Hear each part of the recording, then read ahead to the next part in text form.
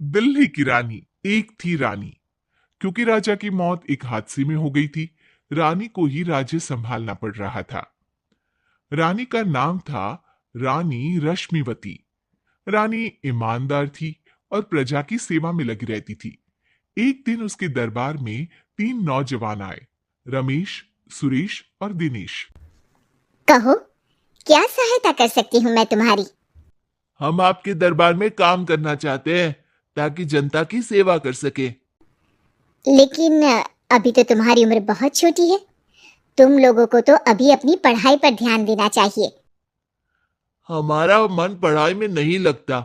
माता पिता को लगता है कि हम किसी के लायक नहीं है, और हम साबित करना चाहते हैं कि हम लायक हैं। उत्साह बहुत अच्छा है, मगर अभी उम्र कच्ची है तुम लोगों की। अरे उम्र से क्या होता है रानी जी? शास्त्रों में लिखा है कभी किसी के ज्ञान को उसकी उम्र के आधार पर नहीं देखना चाहिए। बात तो सही है तुम्हारी। और अगर सच में तुम अगर ये संकल्प करके आए हो कि तुमको यहाँ काम करना है, तो पहले परीक्षा देनी पड़ेगी। 3 परीक्षा।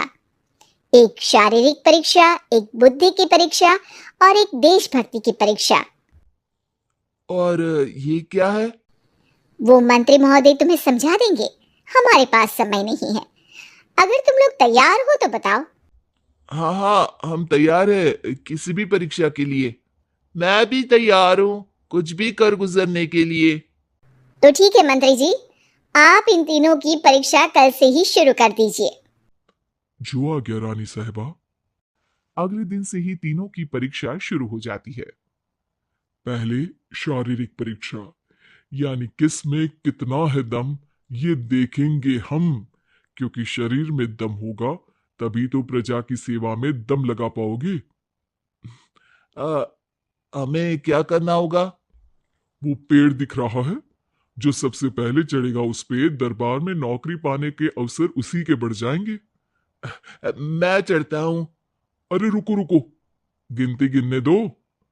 1, 2, 3। 3 की गिनती के बाद रमेश और सुरेश भागकर पेड़ के पास गए, मगर दिनेश आराम से पेड़ के पास गया। जैसे ही रमेश और सुरेश आधे पेड़ तक चढ़ गए, दिनेश ने उन दोनों की टांग पकड़ के उन्हें नीचे गिरा दिया और खुद पेड़ पर चढ़ गया। दिनेश की जीत हुई। अरे लेकिन इसने बेईमानी की। बेईमानी नहीं की, बुद्धि लगाई। शरीर के दम के साथ दिमाग में भी दम होना चाहिए। क्यों मंत्री जी? हाँ हाँ, बात तो तुम्हारी सही है। लेकिन बात अगर बुद्धि की है तो बुद्धि की असली परीक्षा हम कल लेंगे। शाम को जाकर मंत्री रानी को सब बता देते हैं।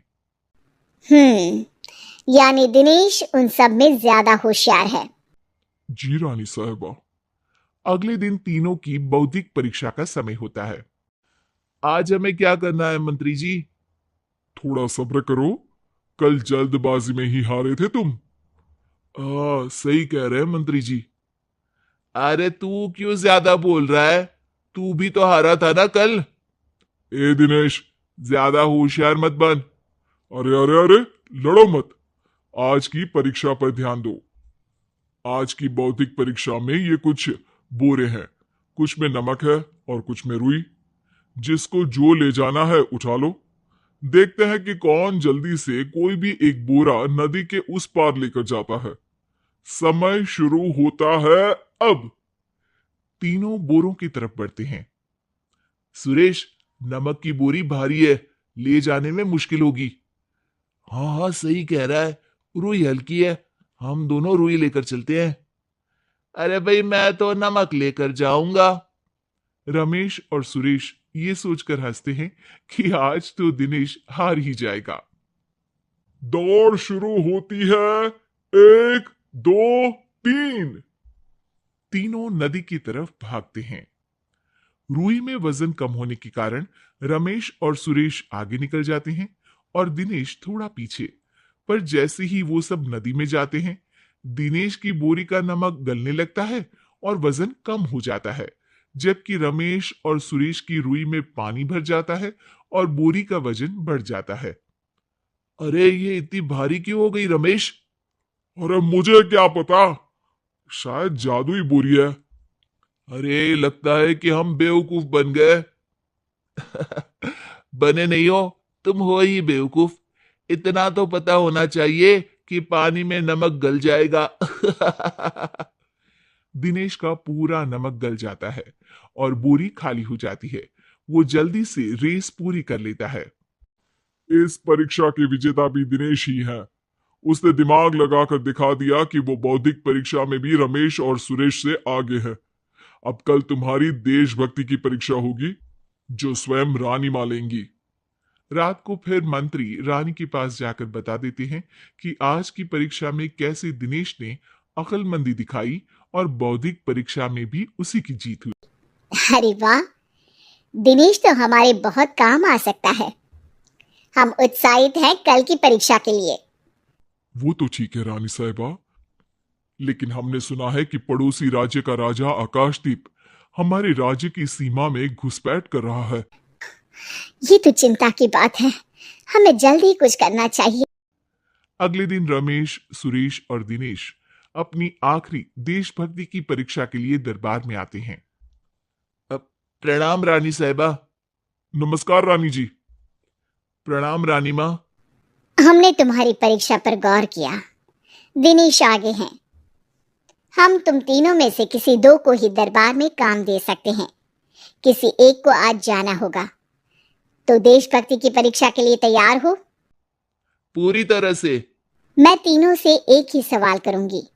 जिसका जवाब सबसे सही लगेगा उसे तो नौकरी मिल ही जाएगी। फिर दूसरे सबसे सही जवाब देने वाले को भी काम मिलेगा। आप लोगों का समय शुरू होता है अब। ज्यादा सोचने का समय नहीं होगा। जो मन में पहली बात आए उसका जवाब दे। तो सवाल ये है कि तुम इस मिट्टी के लिए क्या कर सकते हो? मैं इस मिट्टी को साफ रखूंगा। यहाँ के लोगों के भोजन की कमी को मैं पूरी करूंगा। मैं यहाँ के लोगों को गले लगा लगा के उनको खुशी दूंगा रानी माँ, और गरीबों के लिए घर बनवाऊंगा। मैं इस मिट्टी के लिए किसी की जान भी ले सकता हूँ रानी माँ। मंत्री, दिनेश को एक तलवार दो। जी रानी जी। दिनेश, पड़ोसी राज आकाशदीप की जान तुम्हारे हाथ में है। जाओ, अपना काम पूरा करो। आज रात को तुम उस पर हमला करोगे जब वो सो रहा होगा। दिनेश वहां से चला जाता है। रानी माँ, ये आपने क्या किया? अभी किया नहीं है मंत्री जी। आप आकाशदीप को संदेशा भिजवाओ कि पड़ोसी देश का एक कातिल रात को उन पे हमला करेगा और दिनेश को पकड़वा दो। अरे ये आप क्या कह रही हैं, और क्यों कर रही हैं आप ऐसा?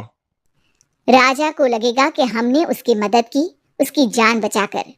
वो हमारे राज्य का पीछा छोड़ देगा और हमारा एहसानमंद हो जाएगा। और दिनेश का क्या होगा? इस राज्य को दिनेश जैसे शातिर और लड़ाकू लोगों से ज्यादा जरूरत है। ऐसे लोगों की जो लोगों को खाना खिलाने की और खुश करने की बात करे।